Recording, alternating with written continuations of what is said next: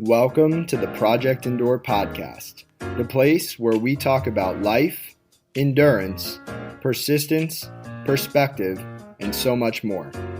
I'm Joe Rinaldi, and I'll be your host. Let's jump in. Before we get started, let me share a quote with you. The great Les Brown once said, "You can't see the picture when you're in the frame."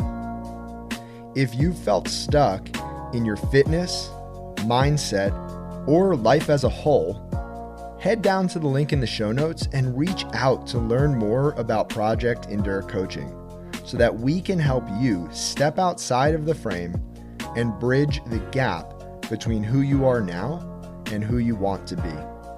We can't wait to hear from you. Now, let's get to the episode. Welcome back to the Project Endure podcast, episode 39. We have myself, Joe Rinaldi, and down in Round Rock, Texas, we have a very, very special guest, Jeremy Miller. Jeremy, what's up, man? What's up, man? I'm glad to be here. Thanks for having me on. Of course. I'm super excited. The first time I ever saw your name pop up on my Instagram feed must have been probably about a year ago. And I have to be honest, at that time, I didn't really think much of, okay, who is this guy or what's he up to? And then I kept seeing your name pop up more and more and more on the Discover page of Instagram. And then I realized at one point that you were becoming involved with Bear Performance Nutrition. Then I started paying more attention. And it wasn't really until the past few months that I actually realized, man, Jeremy's got some really cool stuff going on from an endurance standpoint and from like a personal brand life standpoint. So I was like, you know what, let me reach out. Let me see what Jeremy's all about. And that brings us here, man. So why don't you do this? Why don't you introduce yourself to the audience and just tell us a little bit about who you are? I'm Jeremy. I'm 24 years old. Like you said, living in Round Rock, Texas, working for Nick Bear and BPN. Before I came here, I was a freelance videographer, photographer. I just graduated from the University of Wyoming in 2020.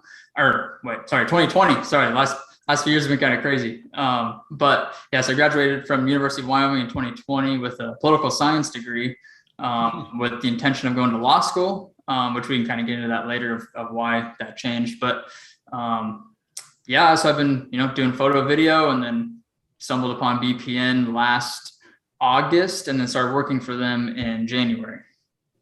That's awesome, man. So let me ask you this. Are you from Wyoming? Yep. Born and raised in Casper, Wyoming. Casper, Wyoming. So tell me a little bit about what Wyoming is like, because I have zero idea. It's, if you're just driving through it, there's probably not much going on.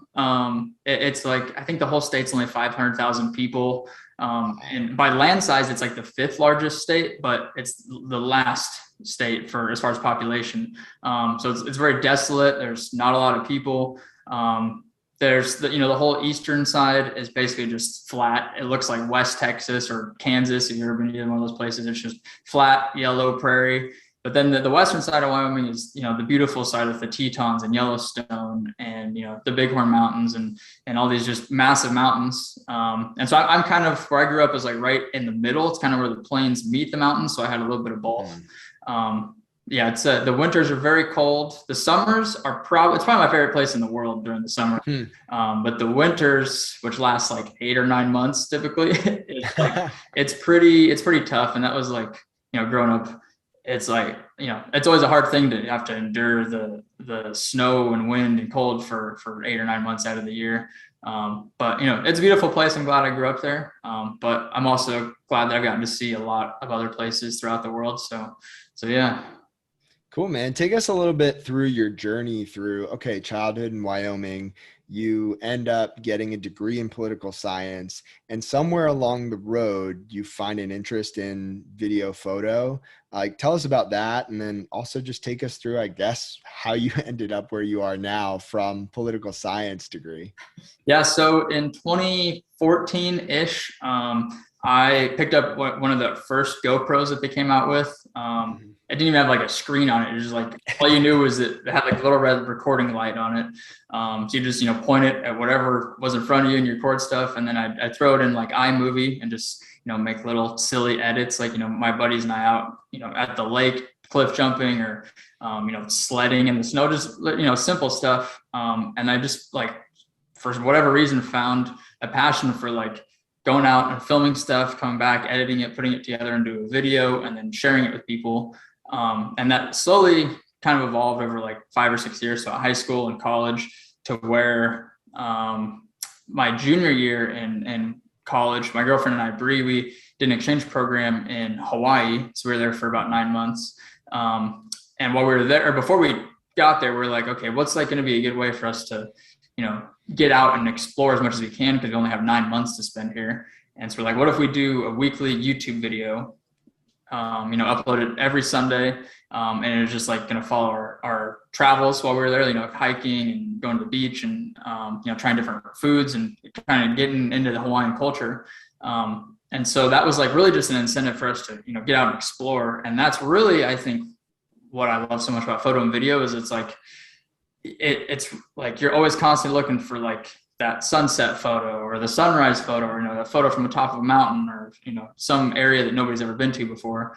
And so that basically evolved into like this weekly YouTube series. And then all my friends and family back home started seeing our work and were like, hey, do you want to do a little commercial for our business, or do you want to shoot my wedding next summer? Little things like that. And then it slowly eventually turned into basically a full-time business while I was still in college.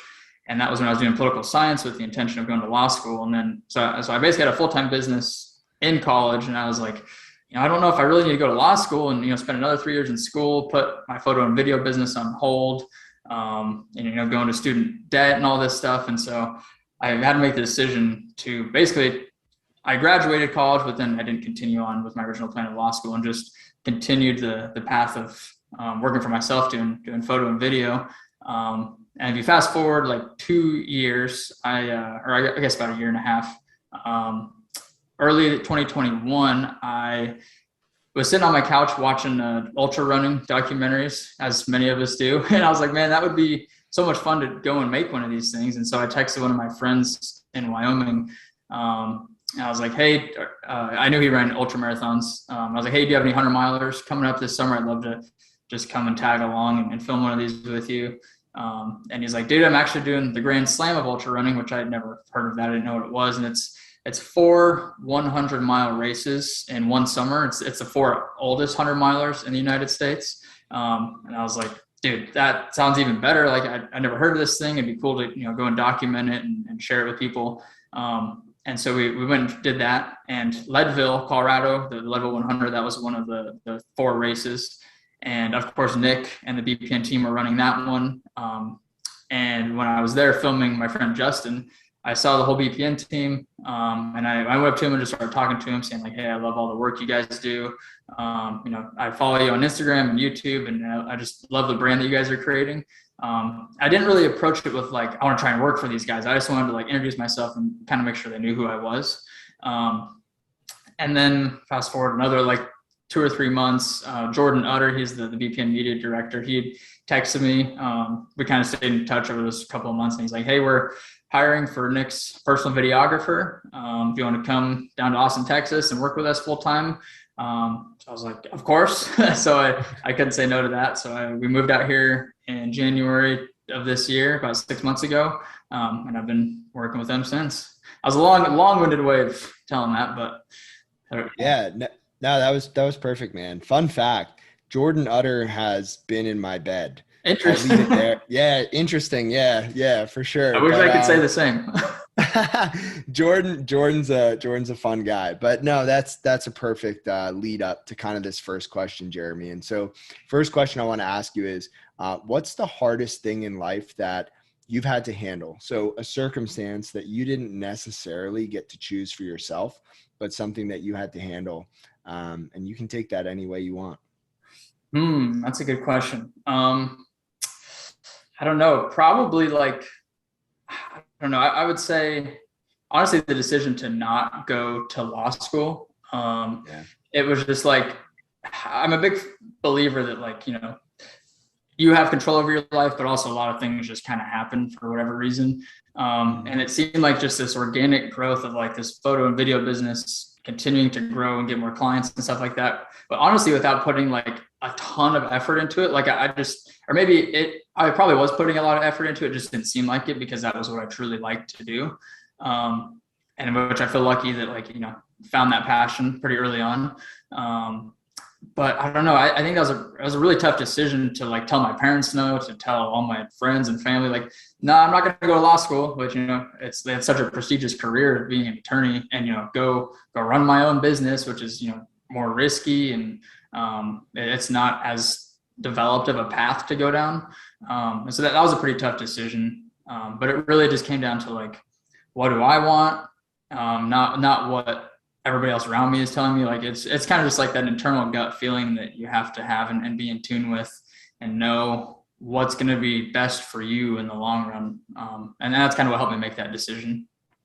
Yeah. For everybody listening, I would assume some people know this, but I left my full-time job as a physical therapist to pursue my own business and to take ownership of my time and my life just over a year ago. And when I made that transition, I had graduated 2.5 years prior with my doctorate of physical therapy. So kind of similar to you, but also different. I went to grad school, I took out student loans, I did that whole thing.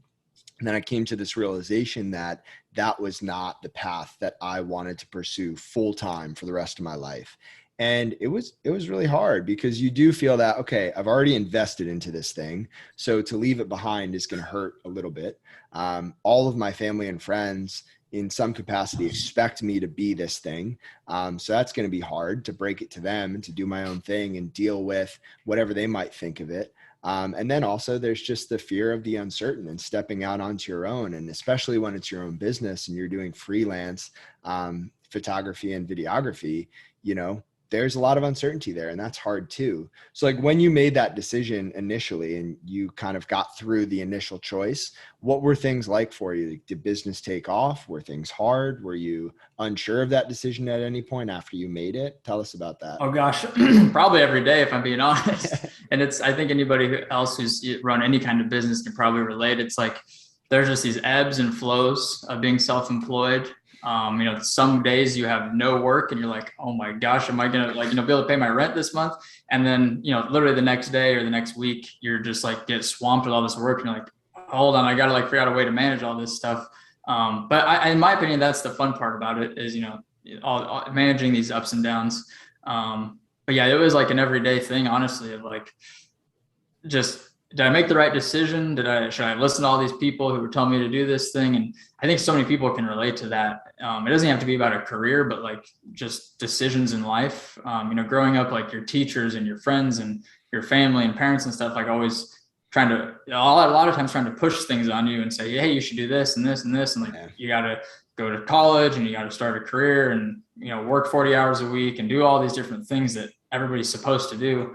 And it's definitely tough to say no to that, and to go against the grain. But for me, it was probably the best decision I've made by far. So, and usually the hard decisions are the most important ones. So, yeah. Yeah. There's a quote that I've repeated on this podcast many times. So if you're a listener, just bear with me here. Friedrich Nietzsche once said, those who dance are considered insane by those who can't hear the music. And I feel like what you said there is really important because a lot of people feel like they're supposed to do certain things. Like, I'm supposed to go to college and get a full-time job and work until I'm 60, 65 and then retire and just do what everybody else does. But a lot of us have this music inside of us that we're listening to, right? And for you, it's let me pursue this freelance life. For me, it's let me build a business. For somebody else, it might be something completely different.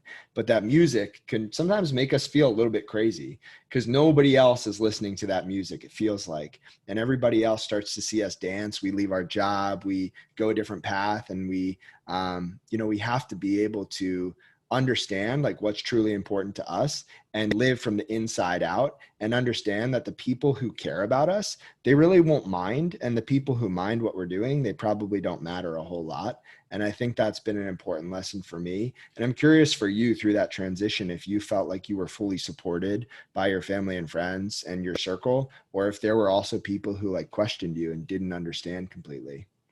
Yeah, I feel like the people that were closest to me were definitely supportive, but it was, the people who were like, kind of that weird middle ground of like they're friends, but I'm not super close with them. They were the ones that were like, "Oh, you're not going to law school? I thought, that seems like a great plan. You're not, going to go apply for a bunch of jobs and do interviews and all this stuff." It's like, because especially in college, it's like all my friends started, trying to look for work for when they graduate, and I'm just like, just chilling, basically just working on my own stuff. And it, you definitely can feel like an outcast, I guess, sometimes, because there's honestly, statistically, there's not many people who go off and venture out on their own and do run their own business. And it's because I think of the stability probably that comes with a 9-to-5 job, working 40 hours a week with retirement and benefits and all this stuff. It's like, it's an easy path for a lot of people. And it's just like we always say at BPM, but a lack of intentionality is oh gosh, I'm messing it up. A lack of intentionality leads to a repetition of what is easiest. And so it's like when you just continue day after day to like get in this mundane thing of, going to work from 9 a.m. to 5 p.m. And then you just get stuck in this thing, in this routine. And then you just end up doing the easiest thing every single time. And that's a challenge for a lot of people. And I mean, it's still stuff that I deal with on a daily basis of, always challenging myself and not getting sucked into a mundane routine. And you're just trying to have intention with every single thing you do and say, and every action that you take. Because otherwise, like I said, you just fall into that trap of doing the easiest thing every time. I don't know why this clicked for me right now. I am 10 plus years removed from high school, and all the physicists out here are probably going to kill me for this because I don't know which of Newton's laws this is, but an object at rest stays at rest, and an object in motion stays in motion unless acted upon by an outside force. And I feel like that physics lesson, that law, just applies so well to life. And it's just what you said, like the path of least resistance is always there. And that's what we're going to do when we're on autopilot, when we're on default mode. And we need that intentionality, that effort to overcome the resistance of what's easiest, to choose the path that we really want to be on. And I think that's beautiful. So I'm going to guess that's Newton's second law, and you guys listening could correct me if I'm wrong there. So unless you know, Jeremy, do you know which law that is? I have no clue. But so I guess leading off of that is like, a lot of times, it takes a significant event or some kind of thing to spark change. If people are stuck at rest, and like the physics law says, it's like it's at rest unless acted upon by an outside force. And usually the outside force for most people is not something that they are in control of. And that's, there's a good segue into like running and fitness is like, that's for me what running, especially running, is all about, is like, that is the outside force that you can put on yourself every single day. That's like, it's this constant challenge of like running longer distances and running faster. And like some days you wake up and you're like, I do not want to go run for an hour, but for whatever reason, you just have to go do it. And it's like this, I always say it's like voluntary suffering. It's like running for the most part sucks. It doesn't feel good a lot of the time. It's hard. It's like, and usually it's the hardest part is getting out the door and doing it. But like, it's just this voluntary action of like pushing yourself, getting yourself into this state of being uncomfortable. And it just like, I think mentally it's one of the best things you can do, because it's just constantly challenging yourself. And so many people go through like their day-to-day life with basically no challenges, no real hardships. And again, that's why they get stuck in a state of rest. So I've said this quote on the podcast before, but at this point, I don't care. So Alexis Carrel said, "Man cannot remake himself without suffering, for he is both the marble and the sculptor." And I feel like it's just this beautiful image in my mind where you have to be able to be uncomfortable to get whatever it is that you want out of yourself, to reach your potential. Like you have to chip away, you have to chisel, and that is uncomfortable. And I think that's so cool that running has served that purpose in your life. So let me ask this second question. It's going to open up a whole box for us, but what's the hardest thing that you've ever done on purpose? So something that you've chosen to do, you've pursued, that could be physical, it could be mental, it could be otherwise. And why have you chosen to do that thing? It was probably the 52-mile race I just ran like 10 days ago. That was by far, I mean, physically, by far the hardest thing I've done. And really, I mean, close to probably being the hardest mental thing, because those ultra marathons at some point they just become 100% mental. And so that was, we can get into that race more if you want to talk about it, but that was definitely one of the hardest things so far that I've done. Absolutely, man. Let's talk about it. Take me back to when you decided you were going to do that race and why you chose that race in particular. So gosh, I haven't thought about why I initially picked it, I guess.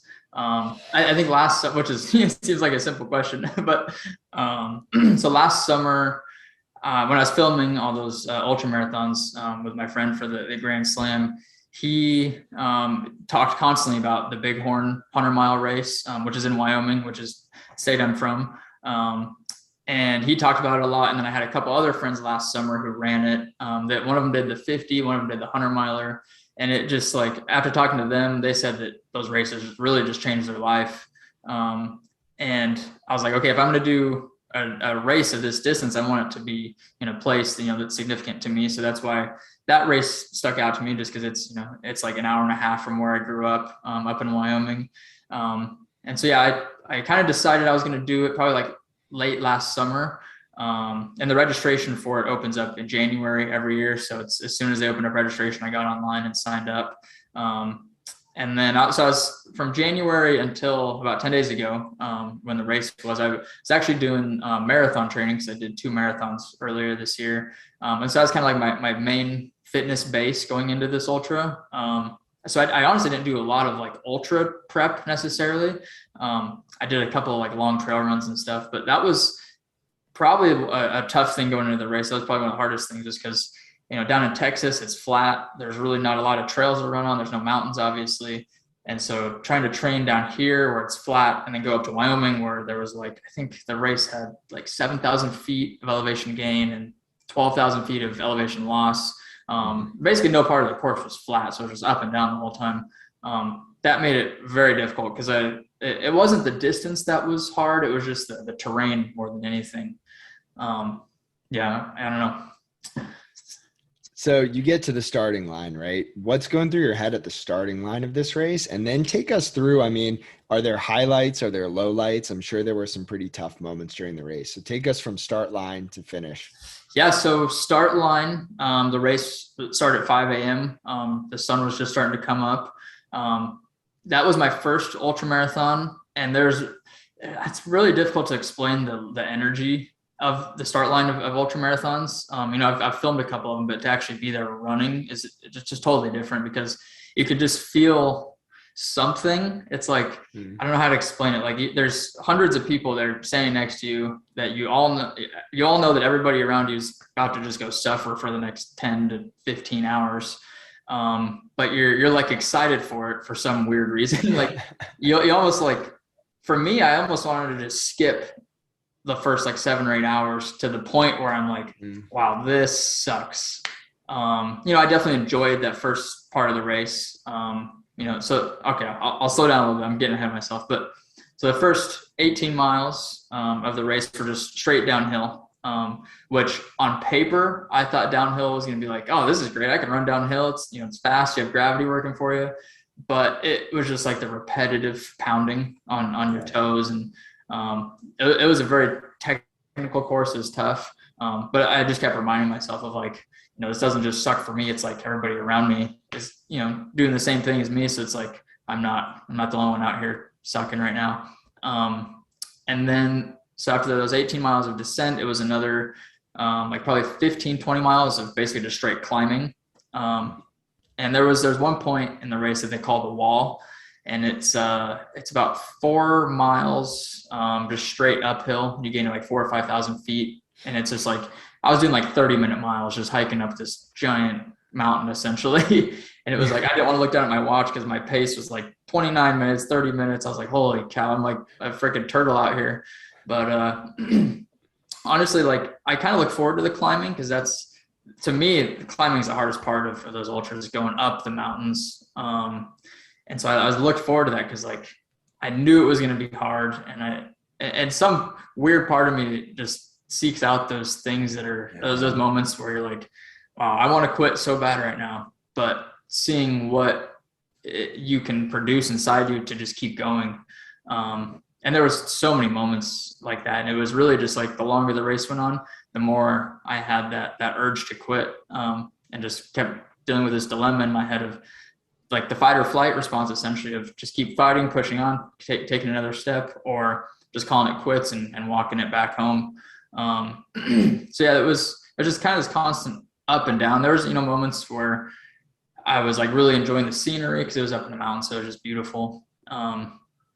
And then, moments where I was like just looking down at my feet for 30, 45 minutes, like, oh my God, this hurts.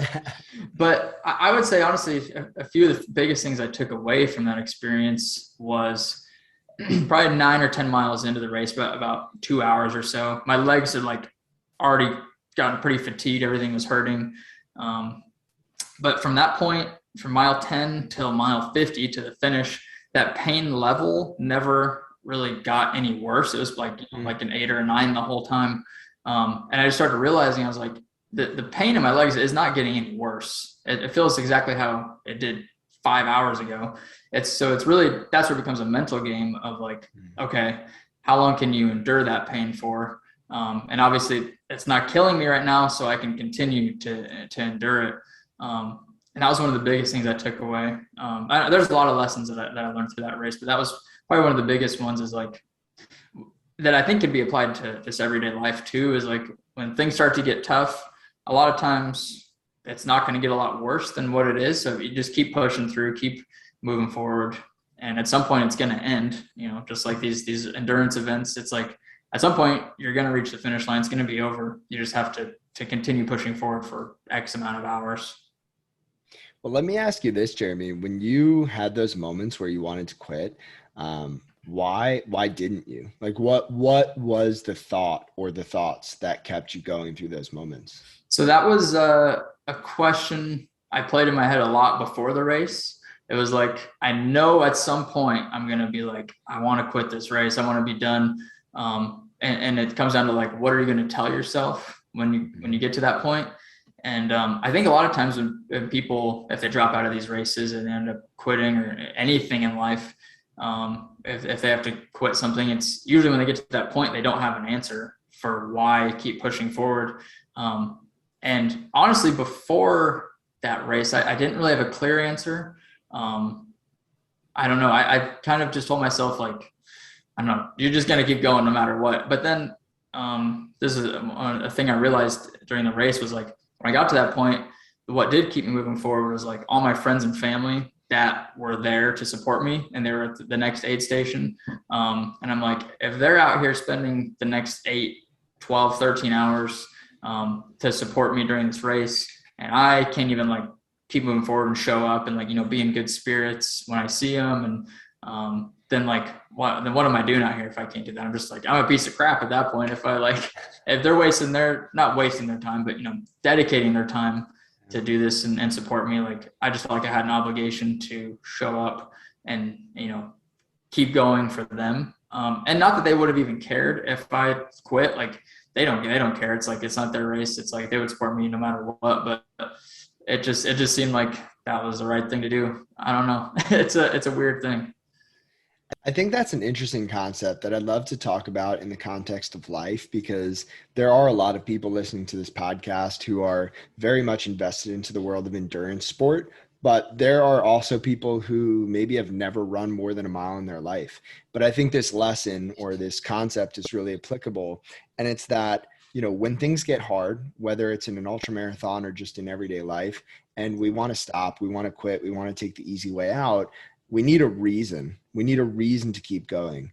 And I think that the best reasons, and really the only reasons that last, are the ones that are bigger than just us. It's with a perspective of our actions impact other people. And in your case, in this race, it was these people who had come out and invested and dedicated their time to be there with you that day. But in everyday life, there are so many people who invest into each and every one of us, who support us in different ways. And we might not even realize it unless we really think about it. But I would argue that in order to have a strong, lasting reason to keep enduring, we need that reason to be tied to something bigger than us. I'd be curious to hear your thoughts on it, or if you've even thought of it in that way ever before. Oh, 100%. Yeah, I couldn't agree more with what you just said. Because like my first instinct was, when I was trying to think about like what I'm going to tell myself when it gets to that point of quitting or continuing on, is like, is it some selfish reason of like, I want to look good on Instagram, make sure I finish this race, and, make sure I can post a reel and a YouTube video. It's like that didn't keep it moving forward. It was like in the back of my mind, I guess, but like that wasn't the sole reason, because it's, I know that people online don't care either. If I don't post a video, it's like they're not going to notice. And so that 100% was something bigger than myself, which is like friends and family and people that I've known for years and years. And I'd be willing to do the same thing for them, go sit up on a mountain for half a day, just hanging out, waiting for them to come through. And that was, I don't know, it was definitely a realization I had probably like 6 or 7 hours into the race, was just like how grateful I was for those people, and that it is something outside of me that I can, call it that why, for when things get tough. Yeah. And I think in your case with the ultra marathon, in this context, you had a very tangible goal that you set out to complete. You were there to finish the race, and people who were there to support you, your driving force, your reason why, they would know whether or not you completed the race or you didn't complete the race.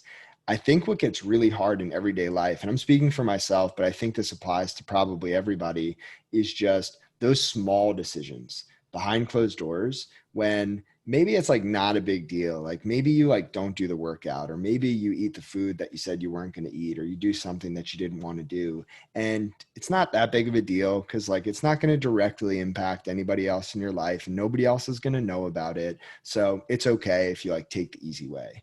And to me, that's such a slippery slope. And I struggle with that, because deep down inside, I know that doing those easy things, taking the easy path, the easy way out, the path of least resistance behind closed doors, that's going to shape the person that I'm going to become in public, and how I'm going to interact with the people that I care about and that I love. And so those small things actually really do matter, but sometimes there's not a tangible outcome where like, hey, if I don't do this thing behind closed doors, or I do this thing behind closed doors, nobody else will know about it. And I think that's really hard on a day-to-day basis, at least for me. I'm curious if you've ever thought about kind of like, if you thought about things that way. Yeah, definitely. And I think I guess, to keep talking about running and apply it to that, again, that's one of my favorite things about running, is like, I think it just perfectly embodies everyday life, at least for me. And so like a race like this, or a marathon, or a 5K, even, it doesn't matter how far it is. That is really just like the cherry on top of all of the work you put in when nobody was looking.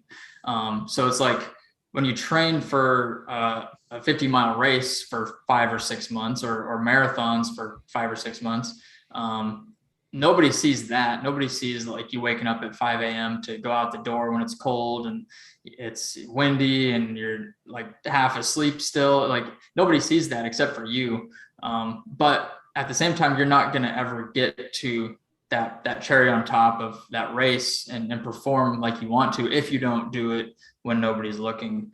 And one of the sayings I just tell myself on a daily basis is like, it's not even a saying, it's more of just like a question and a challenge to yourself, is like, who are you when nobody is watching you? Because that's really like, I mean, that's who your true self is like, because your personality can change depending on who you're around and the friends you're with. And if you're at work or at home, like you're going to say different things and carry yourself a little bit differently, but your true self is who you are when you're around nobody besides yourself. And, you know, if you're slacking off and when nobody's looking, then I mean, that's, you know, there's probably, you know, other things that are going on, but I don't know if that makes sense. Yeah, there's a quote that I'm gonna absolutely butcher. I didn't have enough time here to Google it, but it's about a kite, and when you're holding a kite and it's a windy day, if you let go of that kite, it's gonna blow all over the place. You lose control of it.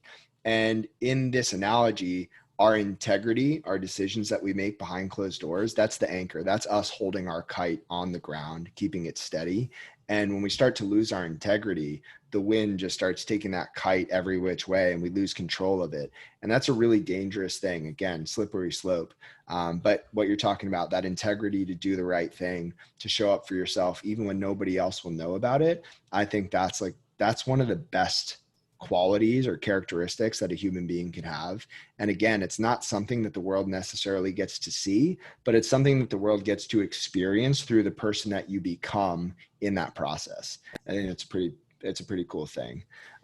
So that being said, Jeremy, the podcast title is the Project Endure podcast. We want to focus a little bit in on the topic of endurance specifically. Clearly, you've lived that out through the past 10 days. But what does the word endurance mean to you? Ooh, that's another good question. Yeah, I've said the word endure a couple of times, you know, regarding the races and stuff, but I don't know. I think enduring is just, oh gosh, that's a It's big question. it's a big topic. Feel free to take a deep breath and just like, because I know it, and it means so many different things to so many different Yeah. people, and even in different contexts, it might even mean different things. So yeah, just when you hear the word endurance, what does that mean to you? Yeah, I think you just said it, but I think it's so subjective. Even for each person, it's like enduring something at work or enduring something at home can mean different things. But really, I think at its core, it's just like to continue pushing forward when your mind is telling you not to. Because I think, I mean, you can go for a walk on the beach when it's 75 degrees and sunny and it's just beautiful. It's like, I don't think that's enduring, but enduring is like when things get difficult and you don't want to do it, but you just keep doing it anyways. Which it's just 100% it's a mentality. And I think physical challenges, like, I mean, that's why they're called endurance events, is because you have to physically endure it. And then at some point you have to mentally endure as well. And I think those are just such a great way to put yourself into that state of mind.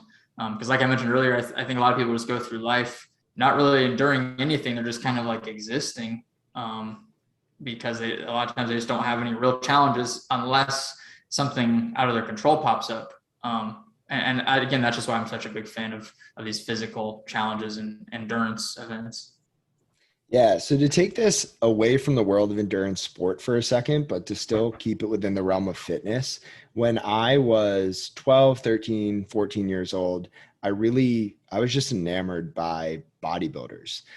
Couldn't tell you why, but I would just like watch videos of Arnold Schwarzenegger and all those guys. And I think now I realize one of the reasons I loved it so much, aside from the aesthetics, it was just the fact that bodybuilding or building muscle, it's not this thing that you do and then you get and then you plant your flag in the ground and you walk away and say like, I'm here and I have this.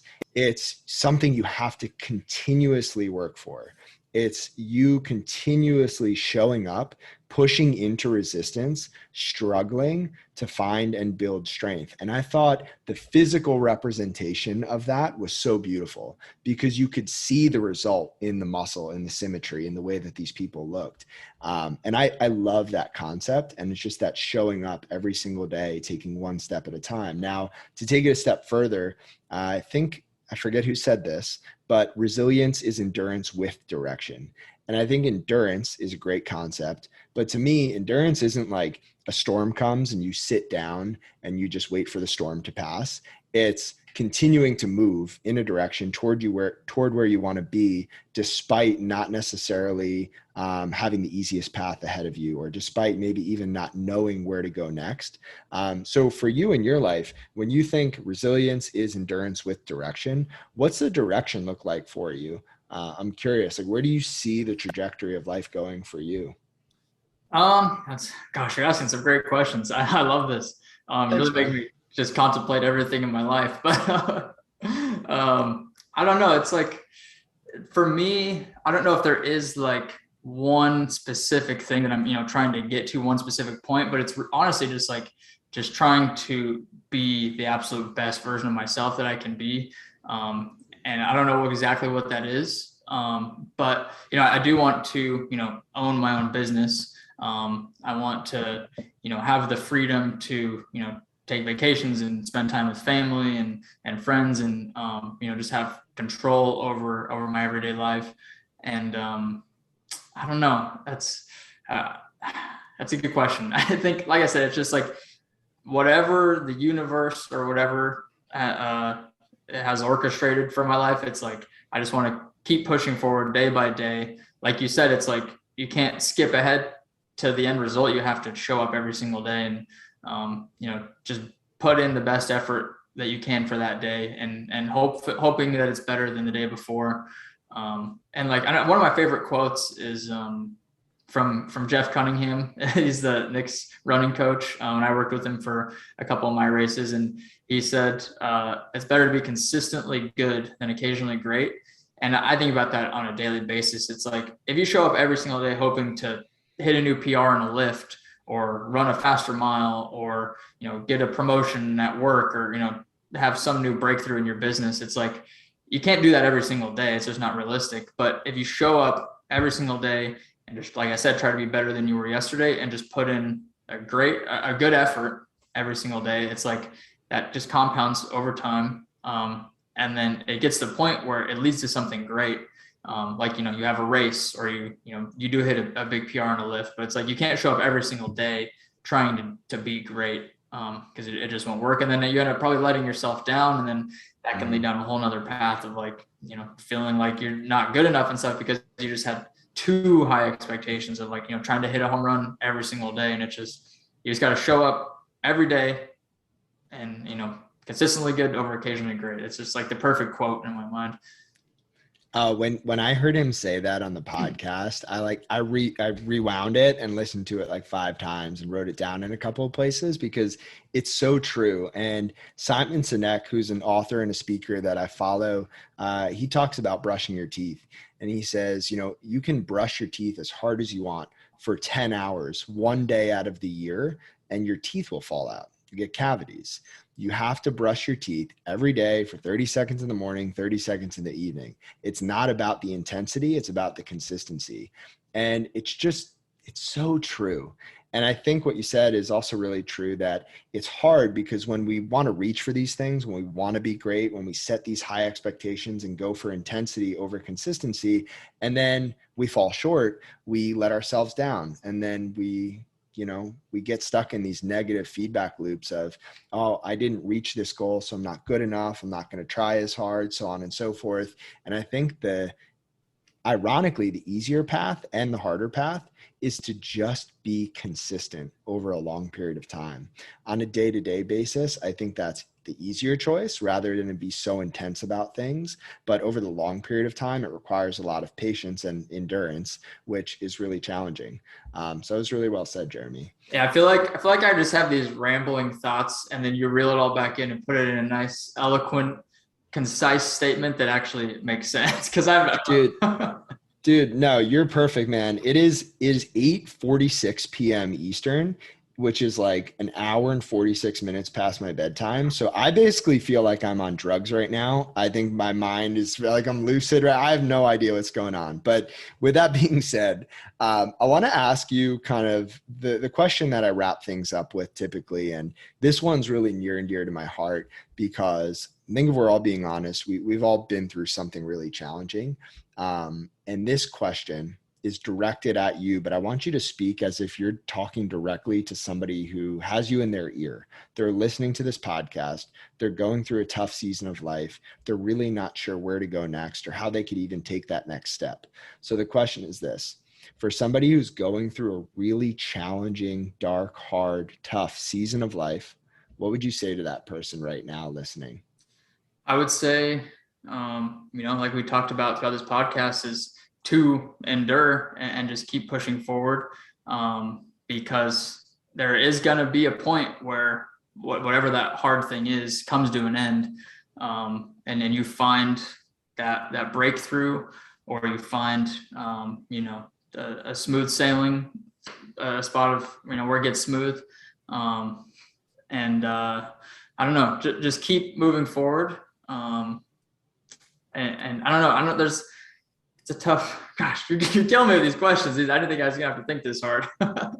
Dude, no, you know what I would add to that? And I'm actually going to challenge you on this, not to just challenge you, but to like open up a conversation, because I think this is good. So the way we think about endurance a lot, and I say we as in like you, me, people who are into the world of running, fitness, endurance sport, is like, okay, there's a finish line. And I think the idea of a finish line can be a challenging one for a lot of people when you can't see it, or you don't know, or it might not even be a finish line, right? Like, so for example, we sign up for a race, you run the race, you know how long the race is. It's going to suck, but you can finish it. Somebody who maybe gets diagnosed with a condition that they're stuck with for life, like where is the finish line? Is that just never? Is it when life ends? Or, somebody going through a really hard season emotionally because of a relationship that they just ended. They don't know when they're going to get over those feelings. And I think it's a really tough spin on like endurance or this question when you don't know where the finish line is.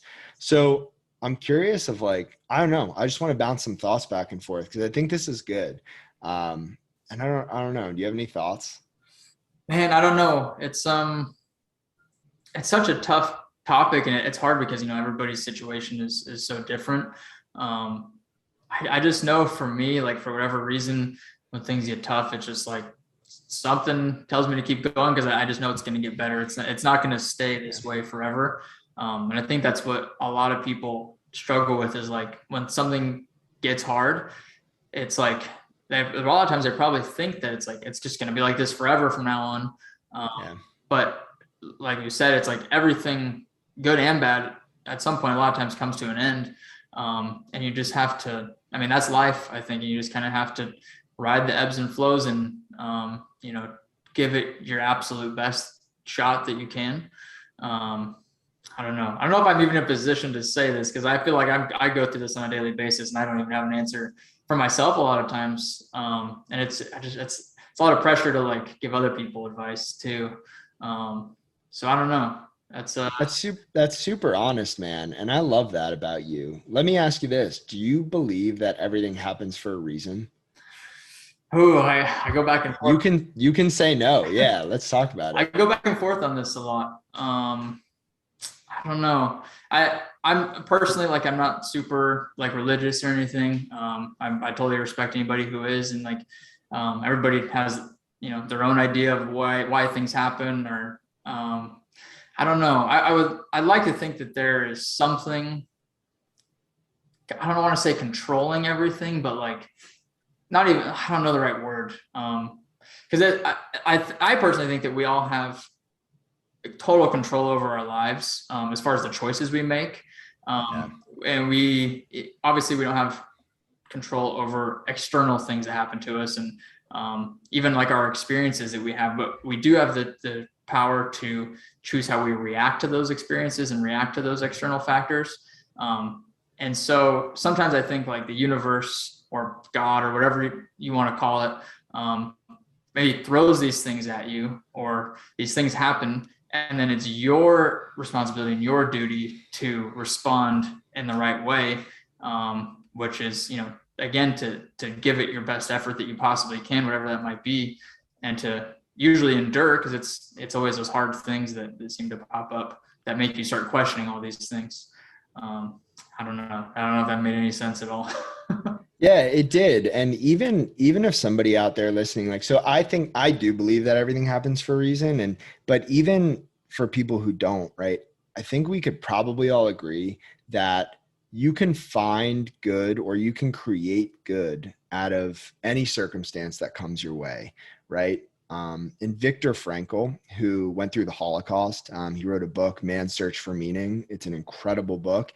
It's sold millions of copies. It's changed probably millions of lives. He went through this horrific thing, and he turned that experience into a story, into a perspective that helped so many people. And I think the truth is, like, no matter what we're going through, no matter how hard it is, even if we can't see the finish line or know if there is a finish line, like, we can choose to show up and respond with our best effort, with our best intentions. And even if it's just walking with our head held high through something really, really difficult that somebody else sees and is then inspired by, something good can come out of that. And so, to bring it kind of full circle, I think to have a driving force for why we're doing what we're doing, and having that force be bigger than just us, knowing that when something hard is happening to us or we're walking through something difficult, like, we have the opportunity to impact people in a way that's bigger than just us, simply by how we respond to that situation or handle that situation. And I just think that's such a beautiful thing, how hard, dark, difficult things can end up leading to good in this world. So, Jeremy, if people want to follow along with what you have going on, if people want to see your work, if people want to connect with you, where's the best place for people to do that? Probably my Instagram. It's just Jeremy Miller. And then my YouTube channel. You can just look up Jeremy Miller, and we're on there on YouTube. It's kind of a combo of like my running and stuff, and then my girlfriend and I doing stuff with our dogs. It's kind of a weird mixture of things, but yeah, that. And then anything that you see on Nick Bear's channel, I run all that for him. Shoot, edit everything. So that's my work as well. It's his life, but I help produce all of that. But yeah. Awesome. Well, that's all important work. And I just appreciate you hopping on this podcast, Jeremy. I enjoyed our conversation, and I just appreciate you tremendously. So thank you. Yeah, thanks, man. If you enjoyed this episode of the Project Indoor podcast, go ahead and subscribe, leave a review on your platform of choice, and share this episode with a friend. It helps us get more conversations like this out to more people like you. We appreciate you, and we'll talk to you next time. And one more thing. If you're looking for a community of people all striving to be better together, check out the Project Indoor Hard Things Club. The link is in the description below. We'd love to have you.